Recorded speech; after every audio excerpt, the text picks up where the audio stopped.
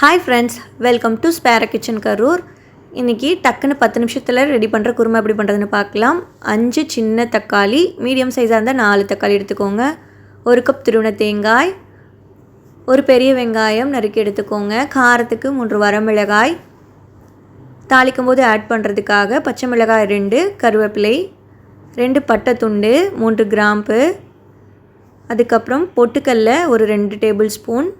இதெல்லாம் மிக்ஸி ஜாரில் ஆட் பண்ணி அரைச்சி எடுத்துக்கலாம். ஃபஸ்ட்டு தேங்காவை ஆட் பண்ணிக்கலாம். வரமிளகாயும் அடுத்து ஆட் பண்ணிவிட்டு பட்டை கிராம்பு இதையும் ஆட் பண்ணிடலாம். பொட்டுக்கல்லையும் இதுலேயே ஆட் பண்ணிவிட்டு ஒரு 4-5 பல் பூண்டும் ஆட் பண்ணிடலாம். ஃபஸ்ட்டு இதை நம்ம கிரைண்ட் பண்ணிக்குவோம்.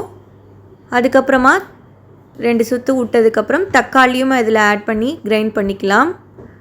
அவ்வளோதான், குழம்ப தாளிக்கலாம். பாத்திரத்தை அடுப்பில் வச்சுட்டு ஆயில் 2 ஸ்பூன் விட்டுக்கணும். தாளிக்கிறதுக்கு பச்சைக்கடலை பருப்பு, உளுந்தம் பருப்பு, கடுகு இதெல்லாம் போட்டுட்டு கடுகு பொரிஞ்சதுக்கப்புறம் கருவேப்பிலையும் பச்சை மிளகாயும் ஆட் பண்ணிடுங்க. அடுத்து பெரிய வெங்காயத்தையும் ஆட் பண்ணிடலாம். இதை கொஞ்சம் நல்லா வதக்கி விட்டுடலாம். இது வதங்கினதுக்கப்புறம் நம்ம அரைச்சி வச்சுருக்கிற அந்த பேஸ்ட்டையும் ஆட் பண்ணிடலாம். அதுக்கப்புறம் இதில் மிக்ஸி ஜாரையும் நம்ம அலசிட்டு அந்த தண்ணியை ஆட் பண்ணிடலாம். குருமா கன்சிஸ்டன்சிக்கு நம்ம வாட்டர் ஆட் பண்ணிக்கலாம். மஞ்சள் தூள் 1/2 டீஸ்பூன் ஆட் பண்ணிக்கோங்க. 1 ஸ்பூன் மல்லித்தூள், 1/2 டீஸ்பூன் கரம் மசாலா, தேவையான அளவு உப்பு ஆட் பண்ணிக்கோங்க. வீடியோ எடுக்க மறந்துட்டேன். அவ்வளோதான், ஒரு கொதி வந்துச்சுன்னா குருமா ரெடி. இந்த குருமா இட்லி, தோசை 2க்குமே சைட் டிஷ் கரெக்டாக இருக்கும்.